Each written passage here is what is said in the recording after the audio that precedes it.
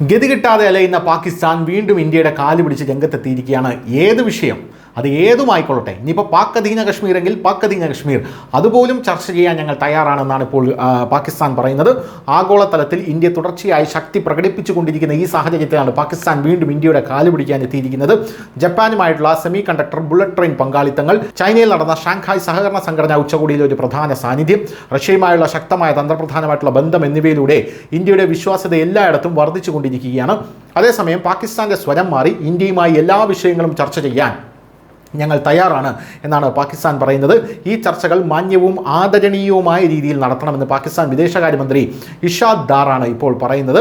പാകിസ്ഥാൻ ചർച്ചകൾക്കായി ഒരിക്കലും യാചിക്കില്ല എന്നും ഇത് കഴിഞ്ഞ് പറയുന്നുണ്ട്. യഥാർത്ഥത്തിൽ യാചിച്ച് കഴിഞ്ഞ ശേഷമാണ് പക്ഷേ ഞങ്ങൾ യാചിക്കില്ല എന്ന് പാകിസ്ഥാൻ പറയുന്നത്.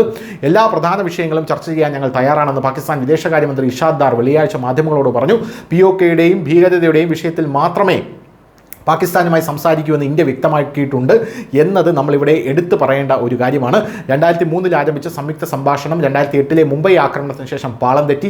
പിന്നീട് ഒരിക്കലും പൂർണ്ണമായും പുനരാരംഭിച്ചിട്ടില്ല. ഇരു രാജ്യങ്ങളും തമ്മിലുള്ള എല്ലാ തർക്ക വിഷയങ്ങളും ഉൾപ്പെടെ എല്ലാ 8 ഘടകങ്ങൾ ഈ സംഭാഷണത്തിൽ ഉണ്ടായിരുന്നു എന്നാണ് നമുക്കറിയാൻ സാധിക്കുന്നത്. എന്തായാലും ഇന്ത്യയും പാകിസ്ഥാനും തമ്മിലുള്ള സമീപകാല സംഘർഷത്തെക്കുറിച്ച് പരാമർശിച്ചുകൊണ്ട് ഇഷാദ് ദാർ പറഞ്ഞത്, പാകിസ്ഥാൻ മുൻകൈയെടുത്തുള്ള നയതന്ത്രം കാരണം അവരുടെ കാഴ്ചപ്പാട് ആഗോളതലത്തിൽ അംഗീകരിക്കപ്പെട്ടു. 4 ദിവസത്തെ മിസൈൽ ഡ്രോൺ ആക്രമണങ്ങൾക്ക് ശേഷം മെയ് 10 സംഘർഷം അവസാനിക്കാൻ ഇരു രാജ്യങ്ങളും സമ്മതിച്ചു എന്നാണ്. News desk news India Malayalam.